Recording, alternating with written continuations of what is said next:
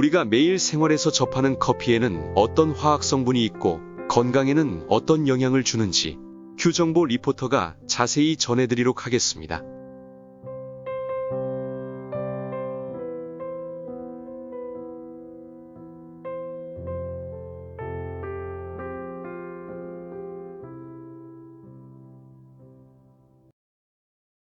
커피하면 바로 생각나는 화학물질이 바로 카페인입니다.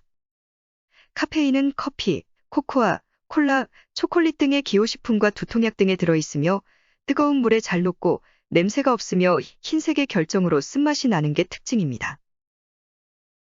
카페인은 흥분제의 일종으로 커피나무를 포함해서 카카오, 견과류, 차나무 등 여러 식물에서 만들어지는 천연 화학물질입니다.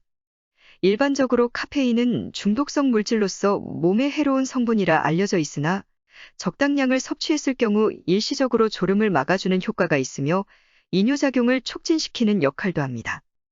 그러나 카페인도 과도하게 섭취하면 불면증이나 위산과다, 철분 흡수 저해 등의 부작용을 일으킬 수 있으므로 적당량을 섭취해야만 합니다.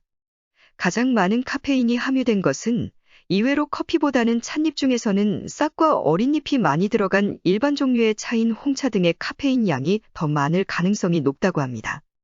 식품의약품안전처에 의하면 우리나라 카페인 하루 최대 섭취 권고량은 성인 400mg 이하, 임산부 300mg 이하, 어린이 청소년 각자의 체중 킬로그램당 2.5mg 이하로 나타났습니다.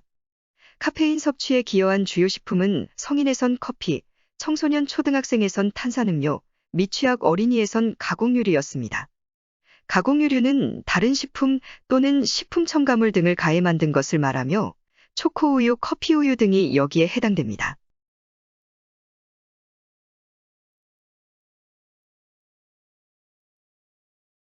커피가 확실하게 언제 어떻게 마셔왔는지 정확한 기록은 없으나 대략 6에서 7세기경 에티오피아의 칼디라는 목동에 의해 처음 발견되었다고 알려져 있습니다. 염소들이 빨간 열매를 따 먹고 흥분하여 뛰어다니는 광경을 목격한 칼디는 자신도 이 열매를 먹어보게 되었고 그 결과 머리가 맑아지고 기분이 상쾌해지는 느낌을 받았다고 합니다.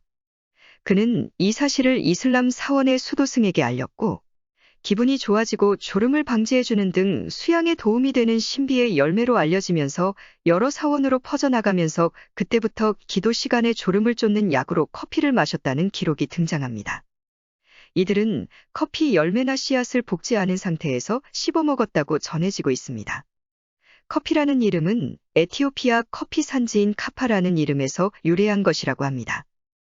그리고 커피가 우리나라에 처음 들어온 것은 19세기 말인 1895년 아관파천으로 러시아 공사관에 머물던 고종 황제가 처음 커피를 마셨다고 전해지고 있습니다. 그 뒤 8.15 해방과 6.25 전쟁을 거치면서 미군 부대에서 원두커피와 인스턴트 커피들이 공급되어 대중들이 즐기는 기호음료로 자리 잡게 되었습니다.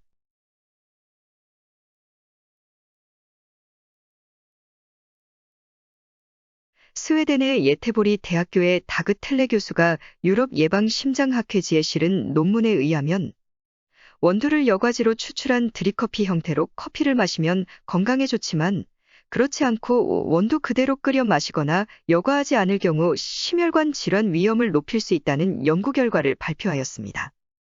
드립커피를 마신 경우 남성의 심혈관 질환으로 인한 사망 위험은 12%, 여성은 20% 각각 감소한 것으로 나타났으며 드립커피는 나이, 성별, 환경과 상관없이 모든 원인으로 인한 사망 위험을 15% 줄이는 것과 관계가 있는 것으로 조사되었습니다. 실제 이 연구에서 하루에 한 잔에서 3잔 정도의 여과된 커피를 마신 사람들이 사망률이 가장 낮은 것으로 나타났습니다.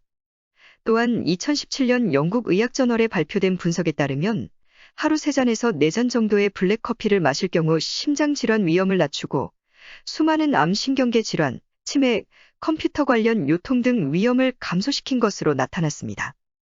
다만 불면증 환자, 골절 위험이 높은 경우 임산부, 파킨슨병 환자 등은 주의를 기울여야 하는 것으로 파악되었습니다. 특히 임신 초기의 카페인 섭취는 유산의 가능성을 높인다는 연구 결과가 나타났으며 또한 카페인은 철분의 흡수를 막기 때문에 임신 중에는 커피를 삼가하는 것이 좋다고 합니다. 커피를 쏙이 빈 상태에서 마시면 위산이 과다 분비되어 위벽을 깎아내리기 때문에 빈속에 커피를 마실 때에는 커피와도 잘 어울리고 영양적으로 우수한 단백질 식품인 우유를 타서 마시도록 권하고 있습니다.